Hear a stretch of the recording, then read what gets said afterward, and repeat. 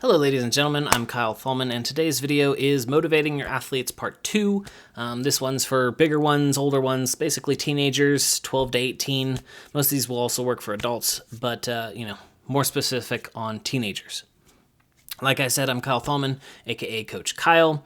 I'm an engineer, a gymnast, a coach, philosophizer. I'm the developer of the Wizard Coaching Method, named aptly so because it works like magic. Anyway, if you find these videos helpful, push the like and subscribe buttons. Very appreciated. So if you haven't seen part 1 of Motivating Your Athlete, all the basic principles from that video transfer over, and those are the core principles that really work. So if you haven't seen that, go watch it, link in the description, because that's like the basis for this whole video. This video is like an extension of that because, older kids, teenagers, a little bit more evolved or self-aware, and there's a few extra techniques or things to keep in mind when working with older athletes. The main difference with older athletes is you can explain what you're doing to them while you're doing it to them, if that makes any sense. You can say, hey, I'm rewarding you for good behavior. If you want to feel good and to accomplish things and progress in gymnastics or whatever sport you're talking about, then do what I'm telling you. Okay, says because young kids, you could explain it all you want, but that concept won't really get in there. They won't go, oh, if I just behave, it'll be more fun. You could say that a million times, it's not going to get in. But like 12, 13, 14, they're like, oh, if I do what he wants, I get what I want.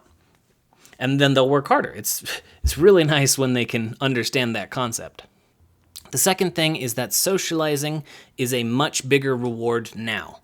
Like if you have a bunch of 6-year-olds talking, girls a little bit more like socializing more than boys, but even then, like young girls and young boys, they'll talk a little bit, but it's not really a super reward. Whereas like, you have a bunch of teenagers, just talking with each other is its own reward.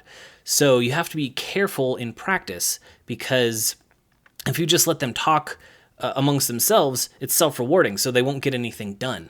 What you really want to do is make socializing a reward that they have to earn. Like, if they're working hard, they're all focused, they're all on topic, then okay, go ahead. You guys can talk amongst yourselves while you're waiting for your turn or around the chalk bucket. Cool.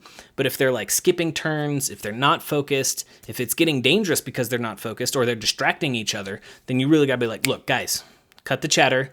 You can talk later, or once you guys get to work, we can start talking again, Quick example of this, and the last principle, is I was working with this group, and one of the kids he was skipping turns, he wasn't paying attention, wasn't really working, he had, something to do, was like, all right, your goal for today is this, it was challenging, but it wasn't impossible, and he just didn't feel like doing it. He was getting rewarded by talking amongst the team, he was just blah, blah, blah, blah, blah, doing that thing. Oh my God, it's so annoying. But 45 minutes later, it's like, we got to move on, and you've done nothing but talk and distract everybody else. So I was like, all right, we're going to move on to high bar. You're going to stay on pommel horse until you get this done. And he was like, what? That's not fair. I'm like, did you accomplish anything? Were you even trying? No. So that's part of it. Like, I could explain, look, you're not getting the reward of being to practice with us. That's a reward in itself. Being able to practice in the group is a reward. So you haven't earned that reward. You're going to stay on pommel horse until you earn the reward. And so, after 15 minutes, he had worked his butt off and got to join us and could talk again. But I was like, look, if you get too chatty and you're off topic, I'm going to separate you from the group. You will get no socialization until you do what I want.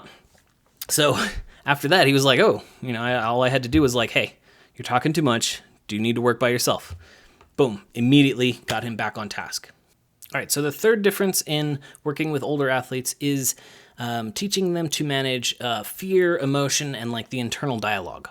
Now, younger athletes usually aren't self-aware enough to go, oh my God, if I do this, I could die. It might be like, oh, I might bump my head, but they're not, they don't really develop phobias when they're young because they're just not as developed. The older athletes are like, oh my God, I'm so scared about this skill, and it can get like, real mental blocks over silly things. It can happen with the younger ones too, but I find that most of the time when I have to deal with these fear and this internal dialogue stuff, it's with older athletes, especially the internal dialogue. If you ask a 6-year-old what their internal dialogue is, they'll be like, I'm singing the Batman theme, da da da da da. They don't really have a coherent internal dialogue. They just do stuff. So the main thing you can do as a coach is remove as much stress from them as possible. Okay, you don't need to be setting, like, the main thing is like setting deadlines. You don't need to do that. Don't compare them to other athletes because that'll stress them out. Don't focus on like medals and scores. Just be like, all right, how much effort did they put in? If you're worried about deadlines and all that other stuff, it's going to compound the fact of I'm afraid and I'm stressed out about this. It makes it even worse. So first off, I try and make sure I'm not putting extra stress on the athletes. Then I also will teach them like really quick like meditation and breathing techniques, the box breathing, or just, close your eyes, focus on a part of your body, little kind of hypnosis tricks as well, like picture your fear over here and then change the color, throw it over there, little things that they can do and use their imagination to help them calm down and, work better. And then you can also reframe like fear as excitement. So a lot of times kids will be like, I'm scared. And I'll say, I am too. And then I'll joke, I'll be like, haha, break the tension. But then I'm like, look, if it wasn't scary, it wouldn't be fun. So it's just more of excitement. It's a challenge. It's not an impossible thing trying to eat me. So you kind of reframe it that way, and you can ask them what their internal dialogue is. It's like, what are you saying to yourself? What are the words going through your head? And if it's like, oh my God, I'm going to be so embarrassed. I don't have my kit for the competition. My parents are going to kill me, or something like that. Then you'd be like, okay, slow down. We need to kind of reframe those phrases in your brain so that you're like, okay, this is challenging. This is kind of scary, but it's also exciting. Reframe those phrases in a more positive, useful manner.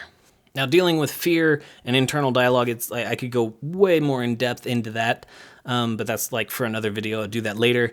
But you guys kind of get the idea. You want to calm them down, take as much stress off of them as possible, and really work on their internal dialogues and their frame control, so it puts them in a better frame of mind to accomplish things and get over their fears and accept the challenge instead of it's scary.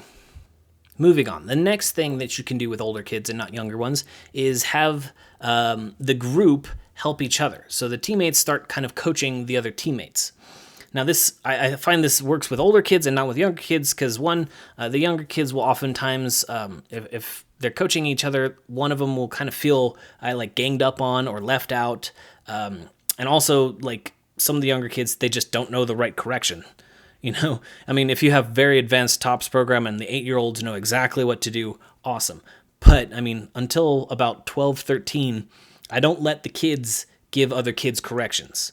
It's like, if you see something wrong, tell me, and then I will tell them. Because the other kids might, it might come off really harsh or criticizing or judging, and they don't know how to give corrections. It took me years to develop my method.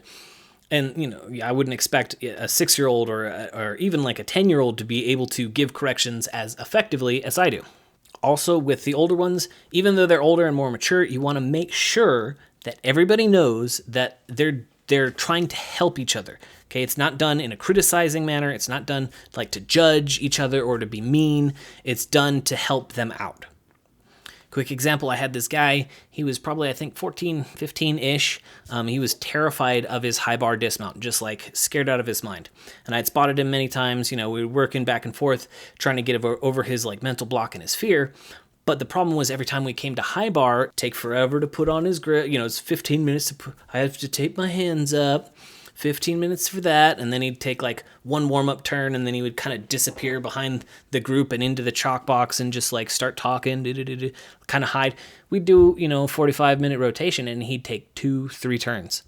And I'm like, okay, we got to fix this. So what I did was I was like, all right, we're going to make a new rule. It's called the Fred rule. And this changed his name because he might listen to this later.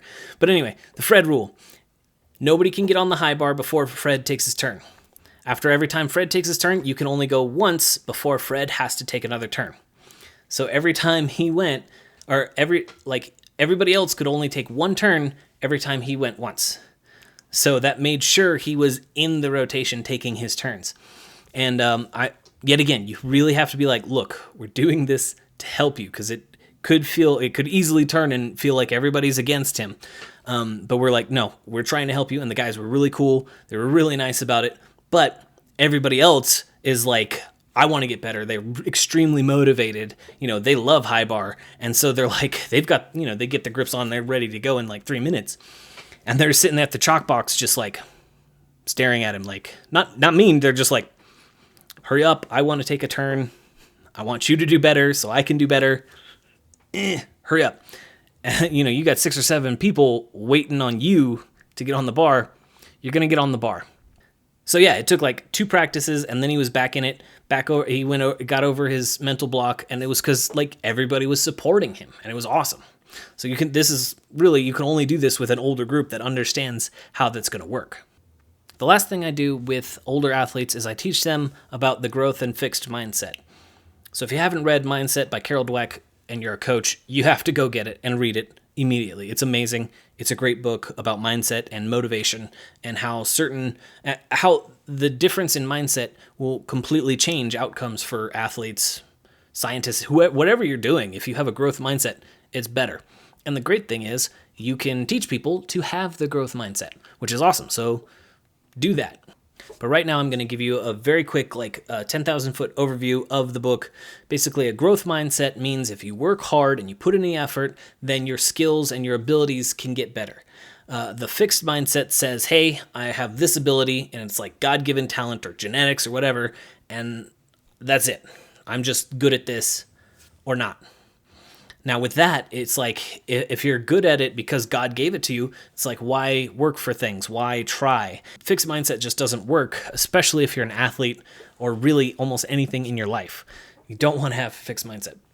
So the growth mindset, you got to praise them for their effort. You praise them for working hard and say, hey, you worked really hard and now you can do this. You don't say, wow, you're really talented. Okay, so how do you implement this into your own coaching style? Well, first things first, I would make a list of your athletes, just every athlete's name, and then next to it, I would note what motivates them. What are the rewards that drive them the most? Like I said, some kids are really, like, socialization will be huge for some kids when they're in their teenage years. Other kids are like all driven by accomplishment and praise. Other kids just want to play. I had a teenager that I brought in a slinky, and he would just go nuts. He would work to death on the goal I gave him to play with the slinky for like 30 seconds. And he was like 17, 18. Certain people will have certain rewards, and if you figure that out for your athletes, then you know how best to trigger, hard work and motivation in them. I know when I did this, I made a list of all the kids in my class. I was like, all right, John does this, Fred likes this, and then I'm like, oh snap. I started to realize certain patterns after I sat down and wrote it out. Next thing is take a long, hard look and review your coaching style and see if you're adding any unwanted stress to your athletes. Okay, they don't need to be worrying about the competition in 2 weeks right now while they're trying to get a kip that they need for the competition. Reminding them about the competition is just going to add more stress and make it even harder to do, harder to focus. Okay, the more stressed you are, the harder it is to think through a scary or tough skill. Okay, so you want to keep them low stress, don't add anything. Help them with their fears and their internal dialogue as much as you can. Focus on getting to work and don't worry about everything else. Finally, I would sit down with your team and explain to them, like, look, this is what I'm doing.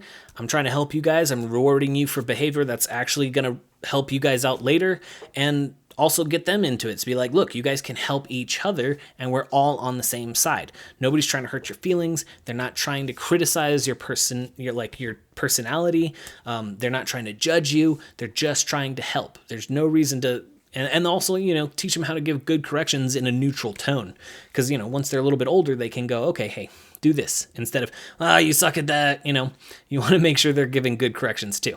Oh, and make sure they praise each other for hard work and effort, not their ability. If you guys have any questions or comments, post them down below. I'll answer them if I can. If you like this video, got something out of it, please like it, please share it, please subscribe to the channel so I can make more videos and stuff like that. And rock on, I'm Coach Kyle.